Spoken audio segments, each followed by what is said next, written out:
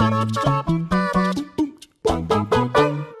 all of you beautiful people, Jules here for WhatCulture.com, and as I have said many times to you all in the past on this channel, I absolutely adore a good boss fight. There's nothing better than taking all of the lessons learned across your journey and then pieing off some absolute scrotum who's been laughing in your face or wiggled their rectum at you while saying na na na na na. And as you step into that arena, hair all windswept and interesting, sword unsheathed and mana charged so high that your blood feels like it's made of Mako energy, it is time to face your demons in an epic and challenging battle to the bitter end. That's what it should be like, right? Well, now imagine the opposite of that, and that's what today's list is about, because for all intents and purposes, you took this boss to Spanky Town, but for some reason, they're shrugging it off and pretending like it didn't even happen. The absolute cheek of it. So let's take a look at some bosses who didn't just make you eat a slice of humble pie, but rubbed some egg in your face for good measure. The swines. As I'm Jules, this is WhatCulture.com, and these are 10 video game bosses who robbed you of a victory.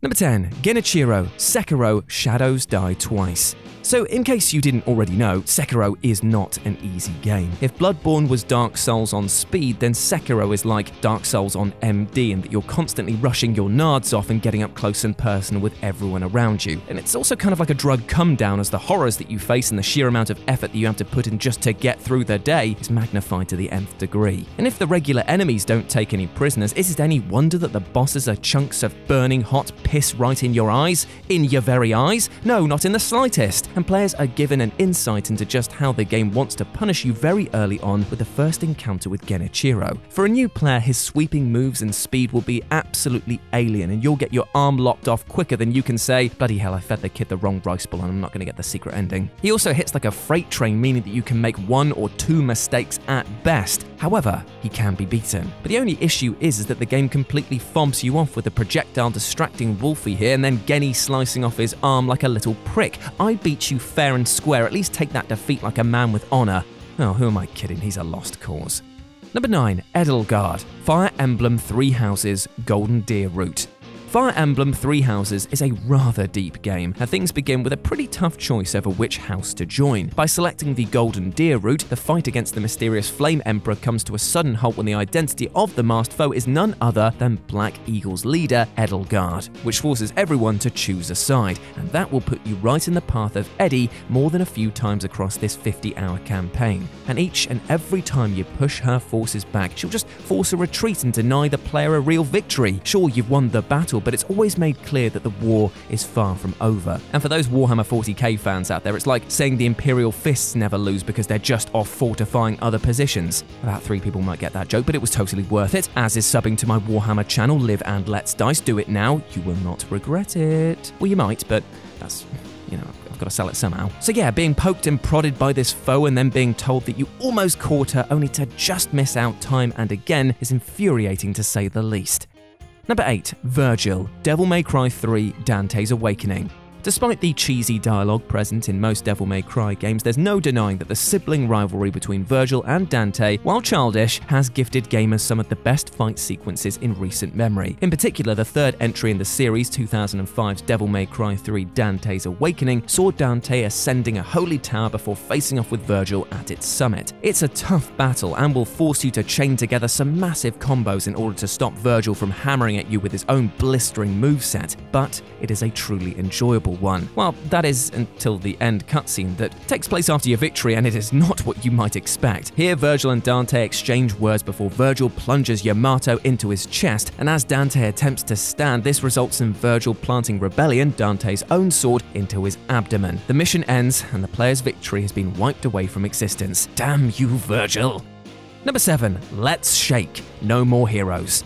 Oh me, oh my, I love the No More Heroes franchise. It's honestly one of the most ridiculous gaming experiences out there, and purposefully asked the question, how far will you go to find gratification through violence? In that it forces Travis to complete arduous minigames in order to earn cash to actually fight the bosses in question. It's actually really clever when you think about it, as is the way that it uses this chore and reward system to exploit player expectations in the boss battle with Let's Shake. Here you've duffed up the bad guys and got enough coin to start the fight, and it leads to this cutscene, which implies that fighting this punk rocker with a mate who's a brain and a nuclear bomb will be very interesting and very challenging indeed. However, no sooner has he charged his weapon, Henry drops in from the sky and slices the pair in two. The nerve of it! And you don't even get to fight Henry after this, meaning that he's robbed you of a victory and a compensation fight.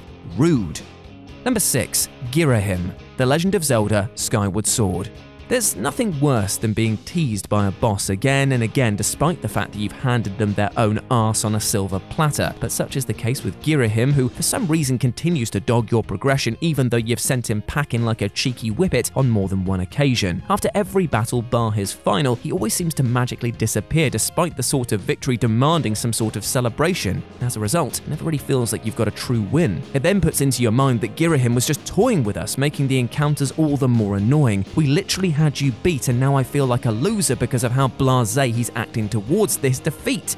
Grumble, grumble, grumble, grumble, grumble, grumble. Number 5. Nearly every psychopath. Dead Rising 3. God, I love Dead Rising. Seriously, it's less I've covered wars, you know, and more I've covered grease up this game and pop it right up into my PS4, where I can enjoy it time and time again. Now, part of this fascination with the series is down to time management, as it's forced upon the player, and the other part is down to the psychopaths, the men and women who are still very much a part of the living, but who want you dead for some bizarre reason or another. And yet, one of the things that you'll notice in Dead Rising 3 is that nearly every single one of these villains, subtly or not, robs you of a final victory, as each ends up delivering the finishing blow to themselves. From cutting off their own heads, ripping their own stomachs out, and even slipping up on their own vomit and choking to death, Nick might be the one beating them to the point where the Holy Ghost is indeed about to visit, but it's from their own doing that you win the encounter. As such, while these bosses clearly represent the 7 deadly sins, your hands are somewhat clean thanks to this. Well, as clean as you can be when you're obliterating zombies with toys for the laughs. Yeah, Nick definitely has a few issues, that's for sure. Number 4. Dr. WILY, Mega Man 3. Dr. WILY and Mega Man, it seems, are destined to battle it out forever. Maybe it's because WILY's cunning knows no bounds, or maybe it's because he's a dab hand at escaping, which means we'll be dueling until our gears are but dust. And he absolutely loves teasing us with victories left, right, and center, only to snatch them away at the very last second. Take, for example, the first duel you have with him in Mega Man 3, as the WILY, I'm not going to just keep doing that one joke over and over, that pilots the large mechanical robot turns out to be just a puppet. Boo! Boo! The crowd hates that. Boo! Now, the series is actually known for swiping victory from the player in such fashions, but because this toys with expectations in such a cool way, it is the most memorable of the series. Number 3. Victor, Vanquish. One of the first things that fans of Vanquish like myself will harp on about is that the first boss battle of this game is one of the most memorable and easily one of the best. Dodging thousands of bullets and missiles and then sliding around at the speed of ground before delivering the killer blow.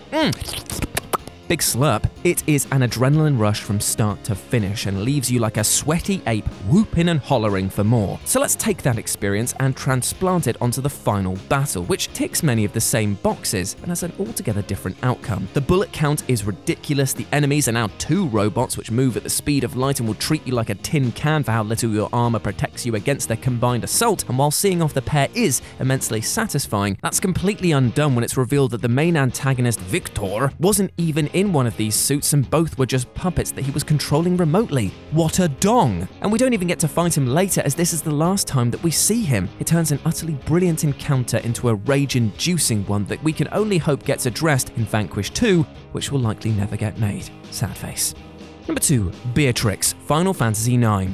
BEATRIX is a boss that the player will encounter 3 times during their romp across Gaia in Final Fantasy IX, and in each encounter it's actually impossible to beat her, as depleting her health results in her just bailing on the fight. However, the third battle is easily the worst for the player, as by this point you've already figured out that she's going to dart off sharpish once the tide is turning in your favor, but instead she simply announces that she's bored of fighting you and will then use Clim Hazard to take all of the party down to 1 HP, and then she calls it a day. This is such a slap in the face, because it's like the boss saying, "This is boring, lol," and then just hits you right in the belly and makes your belly fat all wobble around and you get embarrassed about it and the kids at school laugh at you. Boo! The crowd hates that. Boo! Although the one upside to this is that it highlights just how utterly powerful she is, so at least we shouldn't be too mad at being beaten by the best, right?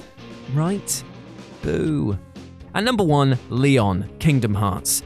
Disney's unlikely crossover with Japanese role-playing giant Final Fantasy was the stuff of dreams for fans in the West, and yet there was more than one boss who will gladly make things an absolute nightmare for Sora and company. Leon is such a guy who can be found once the party arrives in Traverse Town. After a little back and forth, Leon tests Sora's Keyblade skills with a battle that in all honesty you are meant to lose, but if you are skilled enough you can come out on top, which rewards you with, well, bragging rights, but ones that are immediately undone once you drop to your knees in exhaustion after, and then Leon mugs you off by saying, "I went easy on him." "Oh, did you, mate? Is that what you said to yourself when I bounced a fireball right back into your face and burnt your eyebrows off, you little worm, trying to big man after you wet your pants? Grumble, grumble, grumble, boo, the crowd hated that."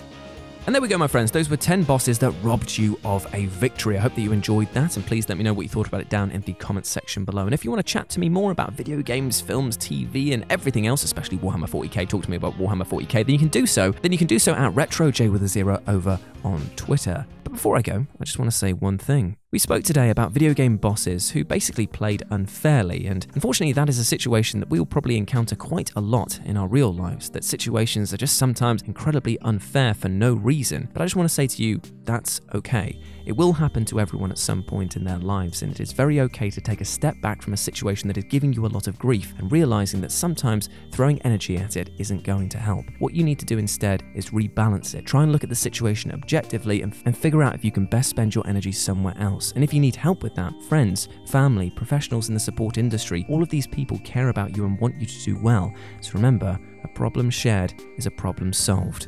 I hope that you're well. Now go out there and smash it, you big ledge. As always, I've been Jules. You have indeed been awesome. Never forget that, and I'll speak to you soon. Bye.